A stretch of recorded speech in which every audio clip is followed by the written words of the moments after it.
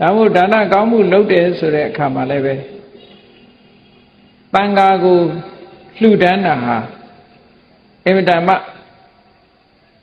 ရရှိလာတဲ့အကျိုးတရားတွေအမတမထူးကဲနိုင်တယ်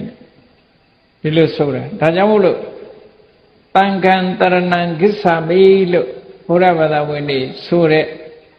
တန်ဃာသည်ဆင်းရဲဒုက္ခမှကင်းကွာအောင်ဆင်းရဲဒုက္ခတွေကိုဖယ်ရှားပြစ်နိုင်တယ်လို့တန်ဃာဟာတို့ရဲ့ဘဝဒုက္ခတွေကိုဖယ်ရှားနိုင်တယ်လို့ယုံကြည်လက်ခံပါတယ်လို့ဒီလိုအဓိပ္ပာယ်နဲ့တန်ခံတရဏံကိစ္ဆာမိလို့ခေါ်တရဏဆိုတာဆင်းရဲဒုက္ခတွေကိုဖယ်ရှားခြင်းအကာအကွယ်ပေးခြင်းလို့အဓိပ္ပာယ်ဥပမာပဲတစ်ပင်အောက်ဝင်နေဆိုတဲ့ပုဂ္ဂိုလ်တွေကဘာရည်ရွယ်ချက်နဲ့ဝင်တာတော့ဆိုနေရဲ့အပူဒဏ်ကိုတစ်ပင်ကကာကွယ်ပေးလိုက်မယ်ဆိုတဲ့ရည်ရွယ်ချက်နဲ့တစ်ပင်အောက်ဝင်တယ်တစ်ပင်အောက်ဝင်လိုက်လို့ရှိရင်တစ်ပင်ရဲ့အရိပ်မှာလူတွေဟာနေရဲ့အပူဒဏ်ကအကာအကွယ်ရပြီးတော့အေးမြချမ်းသာကြတယ်ထို့တူပဲ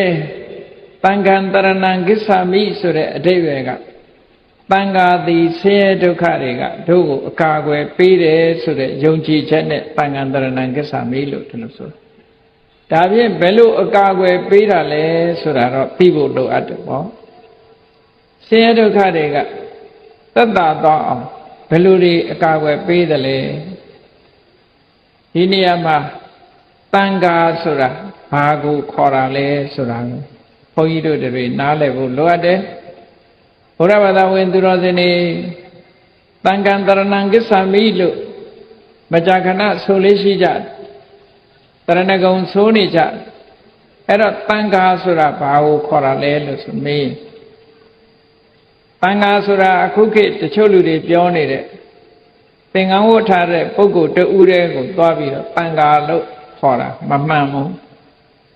တန်ဃာဆိုဒီမှာဘုန်းကြီးတစ်ပါးတည်းကိုရင်တစ်ပါးတည်းဥစဉ်တစ်ပါးတည်းကိုတန်ဃာလို့မခေါ်ဘူးတန်ဃာလို့ဆိုဒီမှာအဖွဲ့အစည်းလို့အဓိပ္ပာယ်ရတယ်ဘယ်လိုနည်းနဲ့ဖွဲ့စည်းထားတာတော့လို့ဆိုဒိဋ္ဌိသီလတမ္မညဒိဋ္ဌိသီလတမ္မညေနတံခတိတပံဃောဒိဋ္ဌိသီလတမ္မညတံခာတေနတံခတိတပံဃောလို့ဆိုတဲ့အတိုင်းအမြင်ချင်းတူတယ်ကိုချင်းသီလချင်းတူတယ်အမြင်ချင်းလည်းတူရမယ်ကိုချင်းသီလ